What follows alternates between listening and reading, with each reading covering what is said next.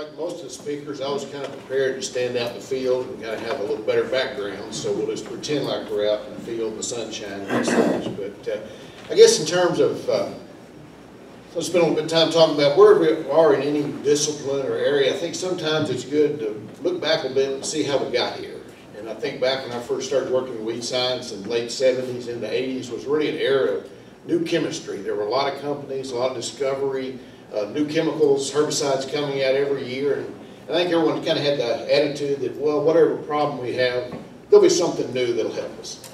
And during that period, there was a lot of new chemistry come out. You think back of things like not just Me Too products, but true new modes of actions, things like Glean and Allied wheat, Pursuit, Scepter and soybeans, Staple and cotton, something like Accent and Beacon that were used to control grasses and corn. It was a pretty revolutionary thing. And think of all the years that people fought Johnson grass and cotton when something like Fusilade came on the market. What a wonderful thing that was. So that seemed like our answer, whatever problem is, there'll be a new herbicide to deal with that. I think as we got into the 80s, there was consolidation between major manufacturers, and really the pipeline began to dry up. I think in the last 20 years, that's certainly been the case. And I think moving forward, there's no reason to expect that there's going to be new innovative chemistry coming to fight weeds. It's a matter of making the things we have work and then using traits. The other thing that I guess is really, it's not a new problem. The problem of weed resistance to herbicides has been identified probably for the last 30 or 40 years. It was generally just niche situations with certain weeds that weren't major widespread problems, with products that weren't, that were replaceable by some other things. But I think over the last probably 10 years or so, when the pigweed problems in the South really started catching the public awareness, is when weed resistance really became on everybody's radar.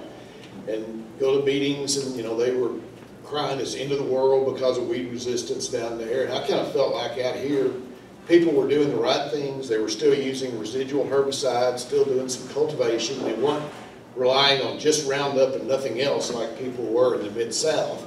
And because of that, I felt like maybe we were safe from the resistance problems. Well, that wasn't the case. It's obviously in 2011 was the first reported evidence of true Palmer amaranth or pigweed that were resistant to glyphosate. And I think every year since then it's gotten worse. And I imagine anybody here is dealing with resistant pigweed now. It's just a new normal there in terms of what we've got to do. And again, I think one difference here that maybe gives us a little advantage over, say, someone in Mississippi or Missouri, somewhere there. If you go back 15, 20 years ago, pigweed wasn't a problem for them. They had a lot of other weeds that we really didn't have out here that caused them concern. But once they kind of cleaned everything else up with Roundup, they began selecting for the resistant pigweed, and that became their big problem then. Whereas here, I guess, farmers have fought pigweed as long as we've been farming out here. So it's always been the weed you knew you had to control or nothing else mattered. So I think we are a little more aware of what the problem is there. So what do we do moving forward to manage resistant weeds or pigweed in particular? Well, I think one thing we need to always keep in mind, and not just for pigweed but any weeds, is we don't want to repeat the problems with Roundup of over-reliance on one mode of action for control year after year. You're just going to select for whatever the weed is, you've got the potential to select for resistance there. So we need to go back to more of an integrated system, really what people did prior to the Roundup Ready era. And a survey, I kind of referenced sometime that was made in 1995, right before Roundup Ready cotton came on the market, of what cotton farmers did from a herbicide use standpoint. And approximately 95% of the acres were treated with a yellow dinitroalan herbicide, Treflan or Prowl. Something in the range of 30 to 40% received a pre-emerge treatment of, say, Caparol, Direct, something like that. At that time, there was essentially no post over-the-top options. Spot spraying or post-directing were the only post options. So you generally control pigweed either with residual herbicides or plowing and hoeing afterwards. There really wasn't a good post option. When Staple came on the scene, that was the first real selective option for controlling pigweed over the top, which helped a lot. But when Roundup Ready came on the scene, I think it did such a good job, especially with Flex, that everybody kind of thought our problems are over. We have no more pigweed to worry about. Some other weeds that were still a little bit of a concern. But again, we're not there anymore, so we've got to go back and sort of redo what people used to do as their basic programs. I think that starts with a yellow herbicide, be it Treflan or Prowl. Knowing no-till, reduced-till situations, that's a little more difficult to get incorporation, but I think something like Prowl can be water incorporated to give you a base level of control there, certainly better than not to have anything at all.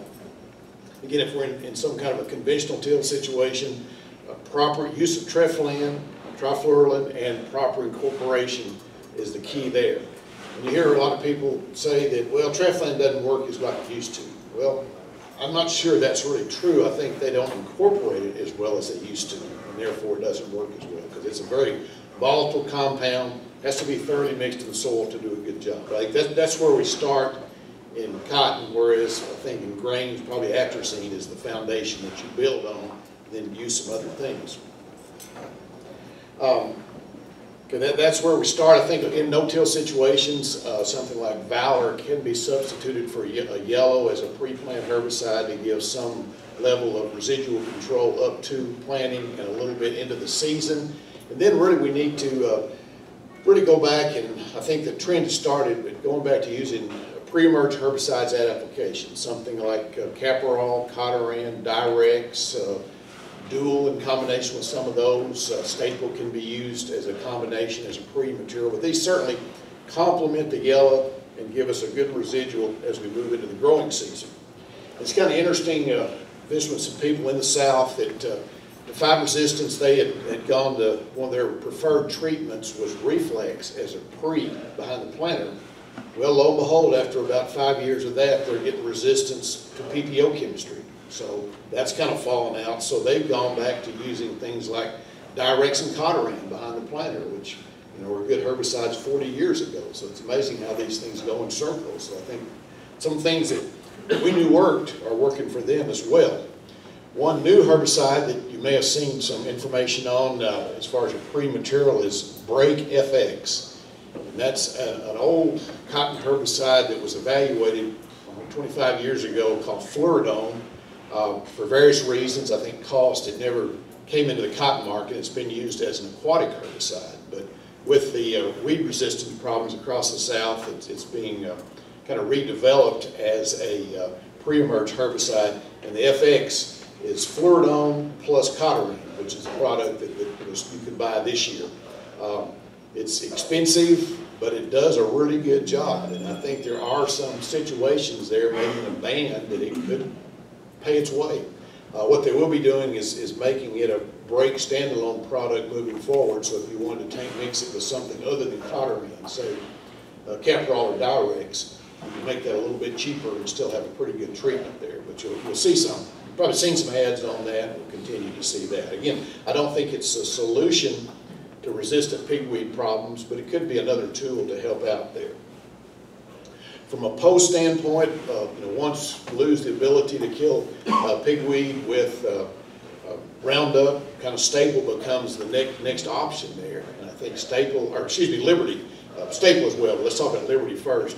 I think it does have good activity on pigweed. It's just pretty narrow in terms of when it's going to really work well. Again, you have to have small weeds, actively growing weeds. You need sufficient gallons, up 10 to 15 gallons per acre, good coverage to make it work. And those are hard to align those sometimes. If it's hot and dry and the weeds get tough or get a little too big on you, it's a little bit more challenging there. But I think it certainly is an option right now or this year. And I've seen some good results where people have been able to get there at the right time and do a pretty good job with Liberty. Again, there are times if the weeds are too big and they're dry that you're really going to be disappointed, but it's certainly a tool to work with there as we move forward. I think in terms of residual herbicides, once we're into the season, if we're using Roundup, Liberty, or any of the new technologies, again, another residual as we get to the middle part of the season, something like Dual or Warrant are certainly good at the tank mix additions there to give us a little more residual. If our pre-material is starting to run out, we need something to take up the slack there to push us a little bit further into the season. And then say if that carries us to mid-August or so, and we get rain like this and have some late pigweed, it may be a need to break out the hooded sprayers and run those again to try to stop those late season weeds from producing seed and adding some problems, adding to the seed bank for next year. I don't know many people that are really too eager to crank out the hooded sprayer again. I mean, it's a pretty slow process. You're not going to cover near as many acres as you do being able to spray over the top, but there may be situations where it certainly still has some value there. You know, so many times they want to talk about anything else that I'm not thinking about. So I guess moving forward, I see real hope with the new technologies. Again, Haley talked about the Enlist system, and then Monsanto's Extend with the dicamba tolerance. So we've done quite a few trials with both these technologies over the last 5 or 6 years. And I think they can really get us back to where we need to be in terms of controlling weeds without having to hoe or go to rope wicks or some of these rescue type messages. The thing about either one of these is there's some concern about, well, what if people go back and use these like they did Roundup and we get resistance? Well, I think hopefully there's been some lesson learned that we don't want to over-rely on just one chemical like we did with Roundup. Also, I think neither the Enlist Duo or the dicamba products are not the total herbicide that Roundup was at its peak. In other words, you can't spray a bunch of pigweeds as tall as this table, melt them to the ground in a week and have a clean field. You're going to have to get the weeds when they're small. If they're very big, you're going to twist them up, but they're not going to disappear, and they may start growing again. So to me, the keys to making either one of these new technologies work is, again, using as part of a residual program with 2 or 3 residual herbicides and getting there as best you can when weeds are small. Not think I'll get them next week, they're not going to grow that much. So I don't know how fast pigweed grow under good conditions, and they'll make the point of credit card size is the size you need to go after those weeds. And I think there's a little margin for error above that, but that needs to be the target and not just when you see a bunch of weeds out there thinking you can clean them up like you did with Roundup. But I guess I'm what I've seen in our trials, very optimistic that if these technologies are labeled, that can really enhance controlling weeds in cotton, not just resistant pigweed, but things like Russian thistle that a lot of times got by Roundup, morning glory that Roundup wasn't always just really good on, and then some of the perennials, bindweed, I think what y'all deal with up here. A Roundup dicamba mix on bindweed's a heck of a treatment. So I think there's some mare's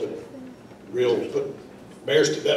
That's a good point too. I think this last year was certainly a great year for mare's tail around in no-till situations, and again, being able to spray dicamba or 2,4-D closer to cotton planting time, I think we can do a whole lot better on mare's tail than with the current tools. So I think there's again, the downsides are potential for drift and movement, but I think as we saw out there with the spray demonstration, both Monsanto and Dow have really done some good work in terms of both formulation and application technology to really minimize these problems.